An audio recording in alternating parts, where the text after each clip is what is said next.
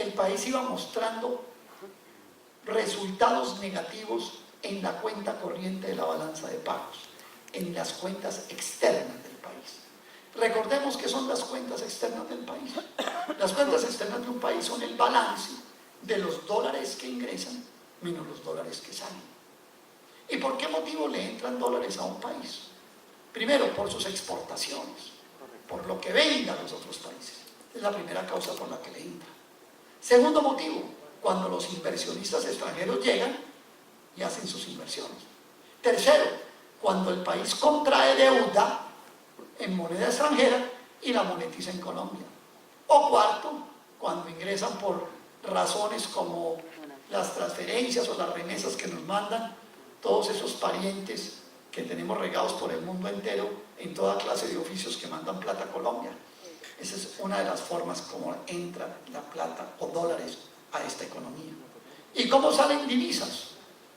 Primero, por las importaciones, o sea, por lo que compramos.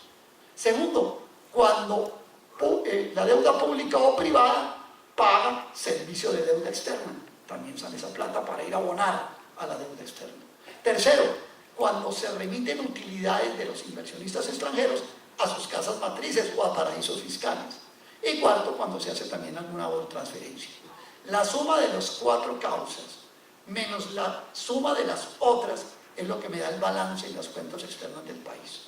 Pues bien, Colombia desde el año 2003 viene con una situación recurrente negativa en sus cuentas externas. Menos el 1,2% del Producto Interno Bruto en el 2003, menos 3,1% en el 2010, menos 5,2% en el 2014 y en el 2015 estalló, menos 6,5% del Producto Interno Bruto, que en términos de dólares son menos 19.500 millones de dólares, que en pesos son 60 billones de pesos. Eso que venía mal, eso que venía en déficit recurrente, terminó estallando con la caída de los precios de nuestro principal producto de exportación, el petróleo, que cayó de $100 el barril a 40. La crisis de nuestras cuentas externas no es por la caída del petróleo. La caída de los precios del petróleo redundó en toda una situación negativa de nuestras cuentas externas que estalla con este declive de los precios de los combustibles y de los minerales en el año 14 y 15. El asunto va más allá.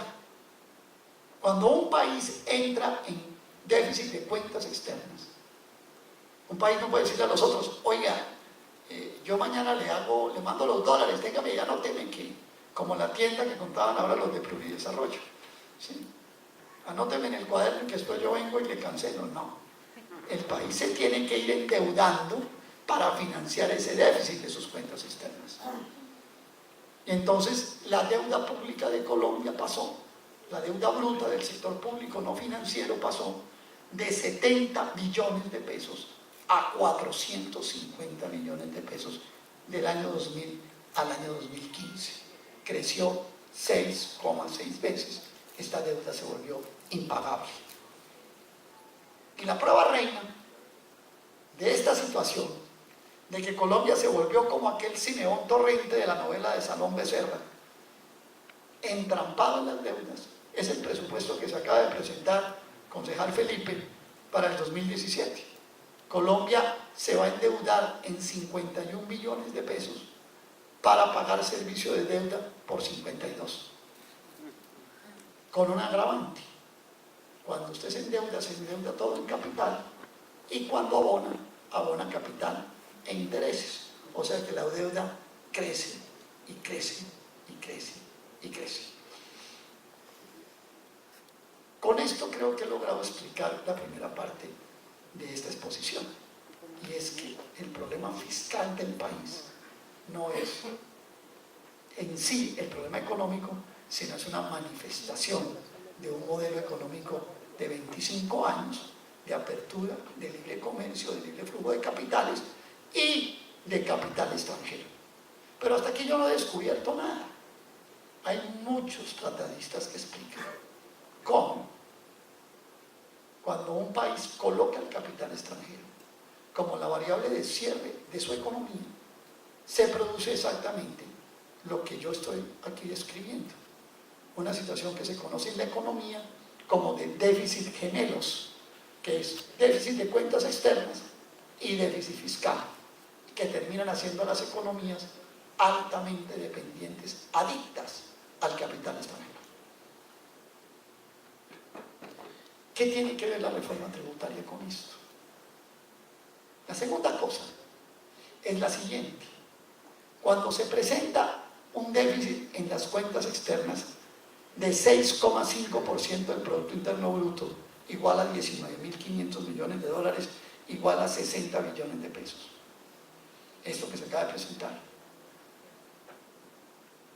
La economía neoclásica, los neoliberales, dicen, vamos a corregir con política fiscal y con política monetaria. ¿Cómo se corrige con política monetaria? Con política monetaria se corrige subiendo la tasa de interés.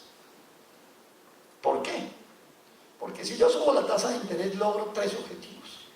Primero, que al elevar las condiciones de remuneración del capital, impido salida de capitales ante la crisis cambiaria y entonces no se me produce un roto, una fuga, una estampida, sino que dicen, no, bueno, yo me veo aquí en Colombia, esto con tasa de interés del 7,75%, pues aguanta. La segunda, le bajo la velocidad al encarecer la actividad económica a toda la economía. Y tercero, le bajo el consumo de los hogares, porque encarezco la economía. Entonces, tenemos un déficit de 60 billones de pesos. Con estas medidas logro parar el consumo de los hogares y las importaciones de las firmas por lo menos en 30. ¿Y cómo resolvemos los 30 billones que es el déficit fiscal del gobierno? 60 billones en las cuentas externas, que se reflejan 30 billones del gobierno en déficit fiscal y otros 30 de hogares y del sector privado. Pues bien, la única forma de resolver el lío de los 30 billones es subir los impuestos y la segunda es disminuir, en este caso el gobierno lo ha hecho, de la inversión pública. Yo creo que ya todos ustedes se dan cuenta que cuando un gobierno decide subir los impuestos, disminuir la inversión pública, subir la tasa de interés, reducir el consumo y parar la producción de la economía, es evidente que se trata de una reforma totalmente desacelerante de la economía, que en vez de resolver el problema lo va a desagravar. Y me parece importante, en primer lugar, hacer esa segunda reflexión.